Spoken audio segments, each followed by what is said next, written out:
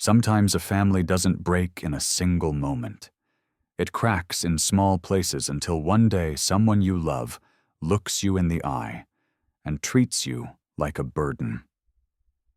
I remember the day my own son spoke to me as if I were an obstacle he needed to clear. If you've lived through anything like that, tell me your story in the comments. In the backyard in Portland, I held a small plastic horse Ellie used to carry everywhere when she was little. For a moment, I almost expected her to run over asking about homework. Instead, she stopped a few feet away, arms crossed, chin lifted like she'd been trained for confrontation. "You're not useful anymore. You slow everything down." Her voice didn't waver. It sounded practiced. That part cut deeper than the words themselves. My hand tightened around the toy. The old shoulder injury twitched not from pain but from the shock of hearing a child I raised speak to me like a malfunctioning appliance. Breath stalled, but I said nothing. Silence was safer, especially with the way she watched me waiting for a reaction she could repeat. Jenna stepped out behind her, a soft smile masking something sharper. "Ray, you should rest. We've got things handled." Handled another reminder to step aside. Mark stood further back, hands in his pockets, eyes on the deck boards. No greeting, no concern. Just that distant posture that had become routine. Ellie turned, first verdict delivered. Jenna gave a small nod, more dismissal than acknowledgement. Mark followed without a glance. Stillness spread through the yard. The plastic horse dangled from my fingers, suddenly absurdly small. A familiar ache pressed through my chest, the quiet kind that arrives with shifting weather. I walked to the garage to put the toy away. The cabinet where I kept paperwork sat slightly misaligned. One look at the latch told me it had been opened. A binder skewed a folder pushed out just enough to notice. Nothing missing, but someone had gone through it. I pressed the lock back into place. No questions, just a note filed away in my mind. On my way to the front of the house, my foot caught on a raised edge of the walkway. I stumbled, steadied myself with a hand against the wall. Inside, their voices floated from deeper in the house, talking about weekend plans. None included me. Mark left early the next morning, slipping out before I reached the kitchen. His footsteps faded down the hall without a single word. Jenna lingered near the counter, swiping through her phone, while a pot simmered behind her. She didn't glance up when I walked in. A few minutes later, my phone buzzed. "Mr. Hale." A woman from the clinic announced, "Your appointment has been canceled per your family's request." The mug nearly slipped from my grip. "I didn't cancel anything." "Well, the note says your daughter-in-law called. If there's been a mistake, we can reschedule." Jenna kept her eyes on her screen, as though I hadn't said a word. The dismissal landed harder than I expected. Healthcare wasn't something I took lightly, especially with my shoulder acting up more these days, yet nothing in her expression suggested she regretted taking that choice out of my hands. Ellie walked through the kitchen for a snack, without a greeting. Her glance brushed past me, brief and evasive, before she disappeared down the hall and shut her door. I almost called her back, asked about school the way I used to, but the hesitation in my chest said enough about how far things had shifted. The day carried that same strained energy. Every room felt commandeered. Decisions once shared now flowed through Jenna and Mark, leaving me more like a visitor than someone whose name was on the mortgage. Later at the grocery store, Linda from the meat counter waved me over. "Ray heard Mark's planning a move. Big changes, huh?" "A move," I repeated. "He hasn't mentioned anything." She frowned, puzzled. "Strange. He talked like you all were getting things lined up." She meant well, but hearing about plans I'd never been told about set every nerve on edge. Carrying the bags home took more effort than usual. Nora Bennett stepped out from her porch, pruning shears in hand. "Ray, let me help with those." "I've got them," I said, shifting the weight. She studied my face. "How long have they been treating you like this?" The bluntness caught me off guard. I didn't answer, but the pause spoke for me. She lowered her voice. "You don't deserve whatever's going on."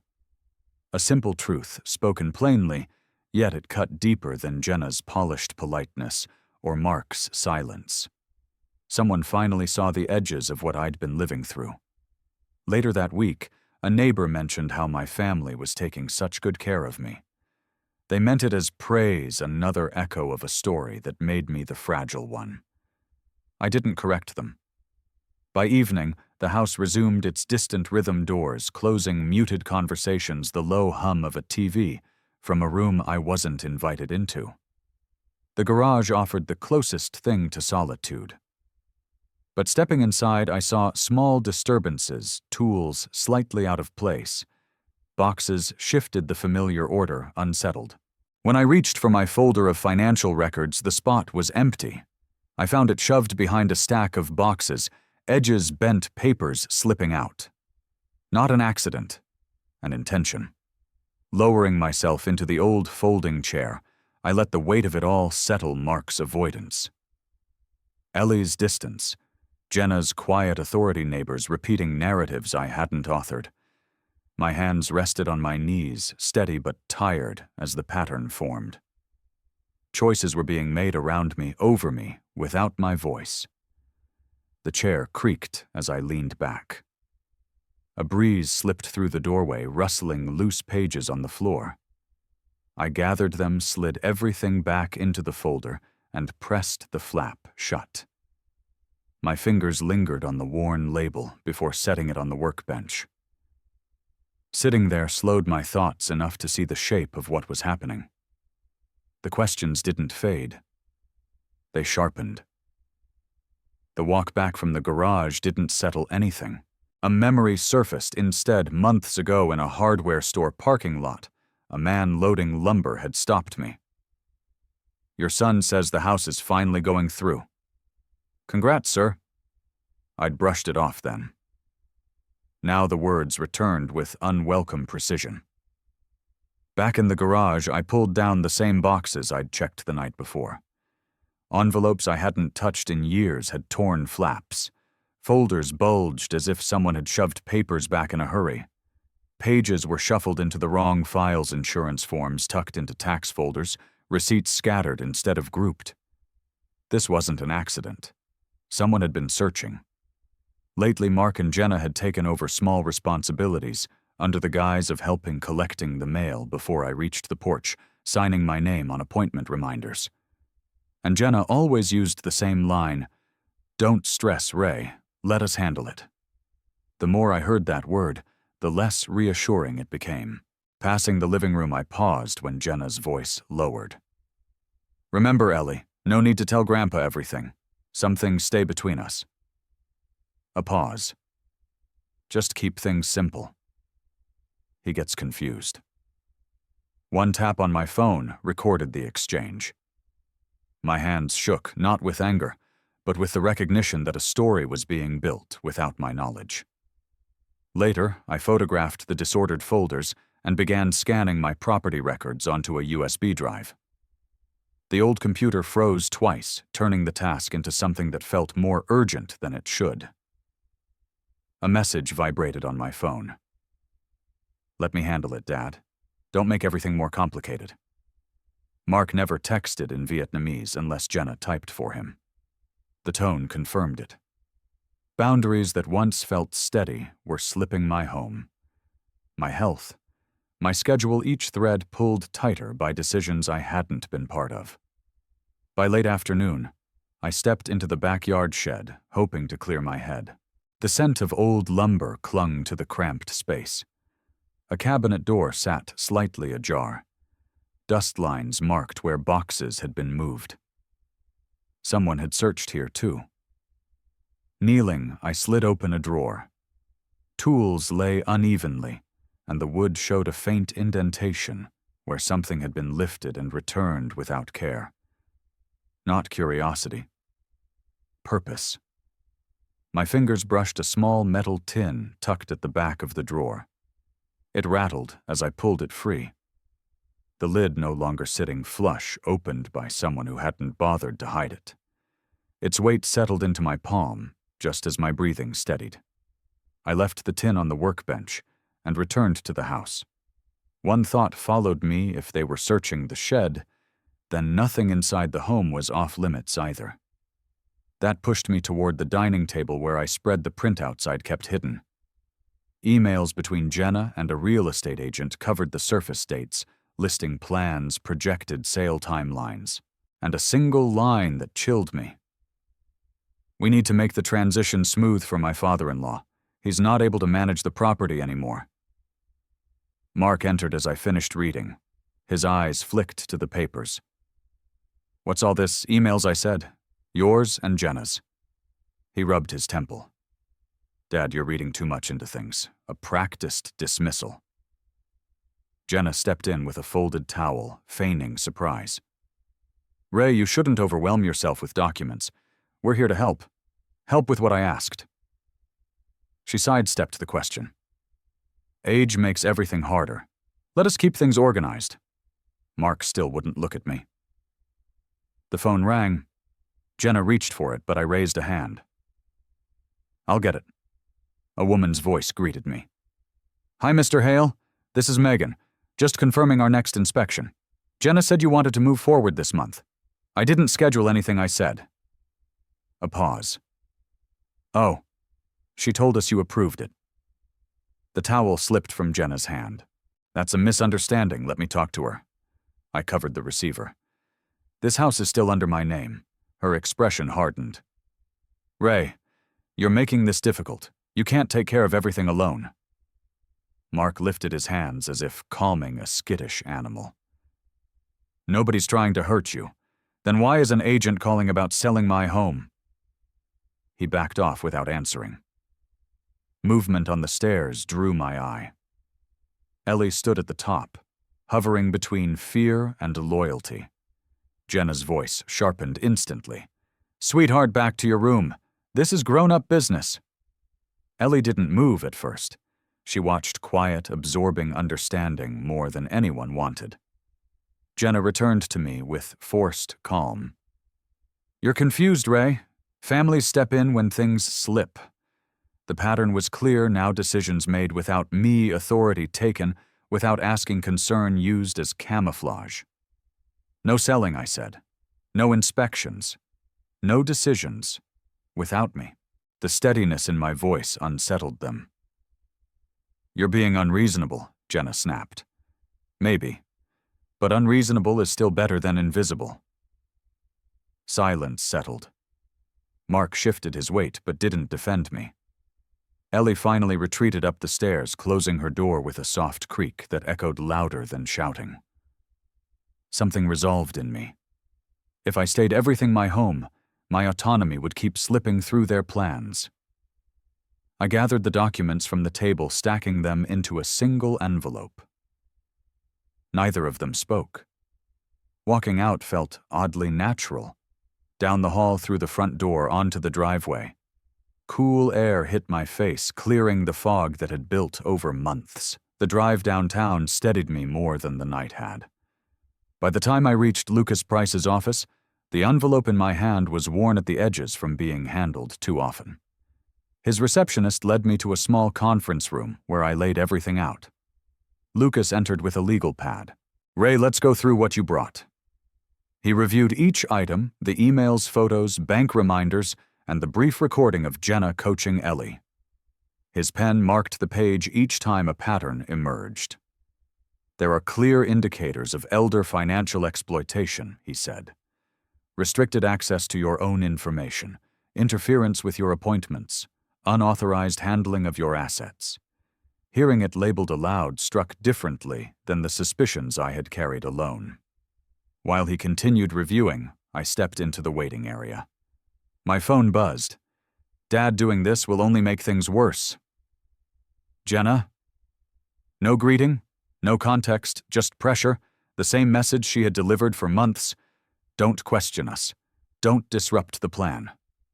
Another alert followed an email marked high priority. Attached was a photo of a drafted sales contract.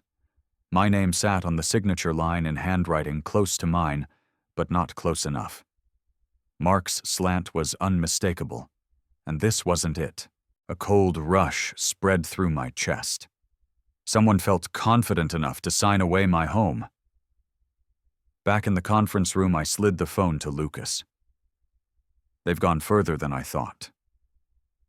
He studied the image. This isn't a misunderstanding.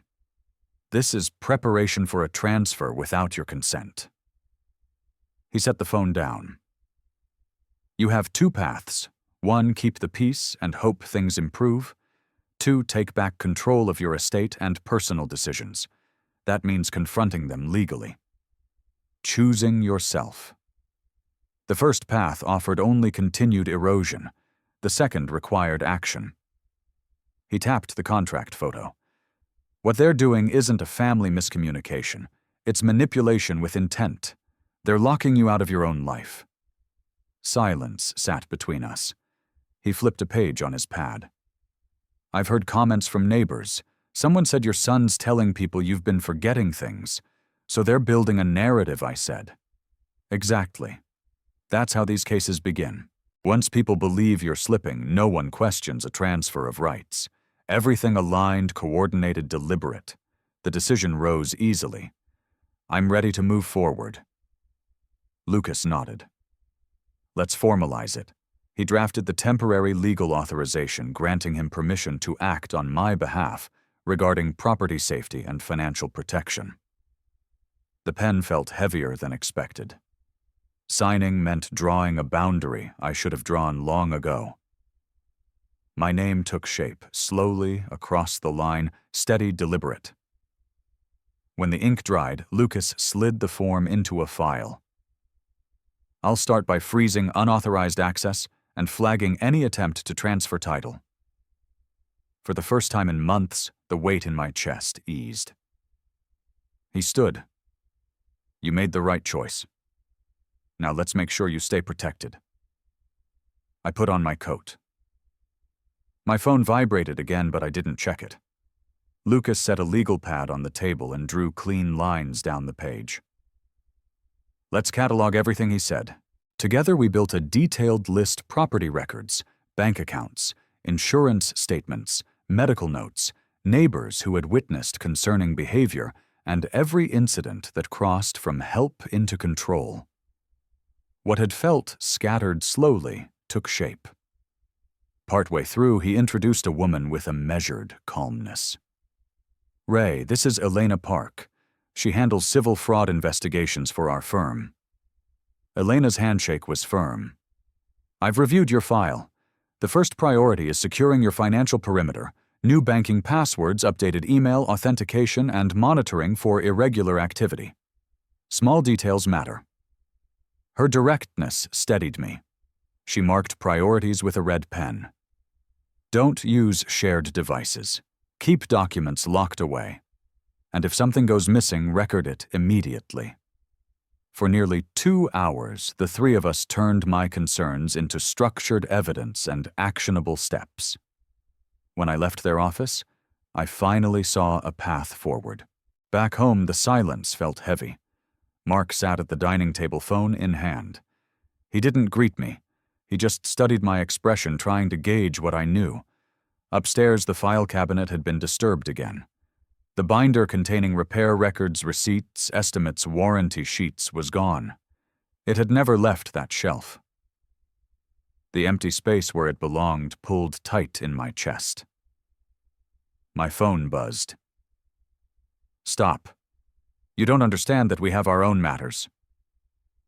The message came from Mark's number, though the phrasing didn't feel like his. Whatever our own matters meant, it didn't justify removing my records. Before I could respond, a knock sounded at the front door. A man in a polo shirt stood on the porch, holding a clipboard. Mr. Hale. I'm here to review the cleanup checklist for the pre-inspection. My breath caught. What inspection? The one your family scheduled. I just need access points for the staging crew. I closed the door mid-sentence. His hesitant footsteps retreated down the walkway. Checking my email afterward revealed something worse, an automatic forwarding rule sending all my incoming messages directly to Jenna. Every email, including the ones with evidence, had been duplicated to her account. Whatever softness remained in me hardened. Later that day, Nora waved me over from her yard. "Sit a moment, Ray. You look worn thin." The metal bench by her garden felt cool beneath me. When she asked what was happening, I gave her only the outline. Even that was enough to deepen her frown. "I've seen Jenna take your mail," she said. More than once. She'd slip it into her bag before going back. My pulse thudded. She didn't realize how much that detail mattered. "She never mentioned it," I said. Nora rested a steady hand on my arm. "You don't have to face this alone." Her words stayed with me as I walked back. Emotion had drained me for weeks. Logic finally took its place. Every important document needed a backup. Every backup needed a safe location. That evening, I organized the remaining papers with deliberate precision. Originals marked with notes. Copies sorted into labeled envelopes. The USB drive with scanned files stayed near me. 2 more drives followed, one for Nora, if needed another for my bank's safe deposit box. Each step served one purpose: reclaiming control. When the final folder was sealed, I held the primary USB drive between my fingers. It felt light, almost fragile, yet everything on it mattered more than anything left on the shelves. Mark called for a family meeting right after breakfast. No explanation, no choice implied. When I stepped into the living room, the setup felt staged: chairs, repositioned papers aligned on the coffee table, Jenna standing rigid with her arms crossed. Ellie hovered halfway up the stairs, gripping the railing, unsure whether to stay or run. Jenna spoke first. "Ray, we need to address some concerns. Serious ones." She placed a stapled packet in front of me. "This is an assessment I prepared. It outlines the issues we've been seeing: forgetfulness, confusion, difficulty managing your finances." The document looked polished official, formatted to create authority where none existed. Mark stepped beside her. "Dad, we're trying to help. Maybe it's time to consider assisted living. Somewhere stable, somewhere we can oversee." They weren't hinting anymore. They were presenting a plan already in motion. Before I could answer, a knock broke the tension. Mark muttered under his breath. Jenna stiffened. I opened the door to Lucas and Elena. They entered with the kind of calm authority neither Jenna nor Mark could fake. Lucas nodded to me, then addressed the room. "Thank you for meeting. We're here to review Mr. Hale's legal rights and the recent attempts to transfer his property." Jenna stepped forward sharply. "You can't just come in here. We didn't invite you." "You didn't," Lucas said. "Mr. Hale did." Her expression cracked. Elena placed a folder on the coffee table. "Before we continue, everyone should see the documented facts." Jenna reached for the folder, but Lucas pulled out the first page, a printed draft of the sales contract with the forged signature. Her face drained of color. Mark took a step back. "What is that supposed to be?" "A contract your wife submitted," Lucas replied. "With Mr. Hale's name written by someone else." Jenna's voice spiked. "He's not stable. He probably signed it and forgot." Ellie flinched. Mark didn't comfort her. Lucas remained even. "We have records of inspections scheduled without Mr. Hale's knowledge, canceled medical appointments, interference with mail, unauthorized access to his accounts." Jenna shook her head hard. "This is twisted. He's losing clarity. Someone has to take responsibility." Then she pointed at me. "He doesn't know what he's doing anymore. Look at him. He's confused right now." Her accusation didn't spark anger. It simply confirmed the truth I had been avoiding. My phone rang. Before I could greet the caller, the real estate agent's voice came through. "Mr. Hale, your family asked if we could accelerate the sale before the end of the month." "I just need final confirmation." Jenna lunged. "Hang up." She doesn't know the full context. I ended the call without a word. Silence thickened. I removed the USB drive from my jacket and handed it to Lucas. Every piece of evidence, documents, scans, photos, recordings lived on that small device. Lucas turned to them. "As of today, any attempt to transfer this property or act on Mr. Hale's behalf will be reviewed under Oregon Elder Protection Statutes." Jenna's voice broke. "You can't do that, I just did," he said. Ellie retreated another step up the stairs, clinging to the banister. Mark stared at the floor, guilt hollowing his posture. Jenna sputtered through half-finished arguments that no longer held weight. Lucas closed the folder. "This property remains under Mr. Hale's name. Any further interference will result in legal action." The last color left Mark's face. Jenna's shoulders collapsed, her confidence stripped bare. No anger rose in me, only a steady certainty that something had shifted back where it belonged. My coat hung near the door. I took it without hurry. No one tried to stop me. Mark stayed silent. Jenna held back whatever speech she'd rehearsed, and Ellie watched from the stairs with wide, fearful eyes. Lucas met me outside the notary office downtown. The morning carried a cold edge, but it felt cleaner than anything I had left behind. We walked in together. A stack of documents waited on the conference room table. He tapped the first form. "These update your ownership codes. Once you sign, no one can change anything without your written approval." The next packet followed. "This removes all unauthorized representatives. Their names come off every access point, banks, utilities, property accounts." A final document sat clipped to a sworn statement. "And here we record the forged signature and initiate the inquiry into elder abuse." My hand steadied around the pen. Each signature cut away another piece of the ground Mark and Jenna had tried to stand on. Guilt pressed in old guilt, built from years of believing I owed Mark more than I truly did, believing endurance equaled love, believing silence could keep the peace. Halfway through, the truth settled.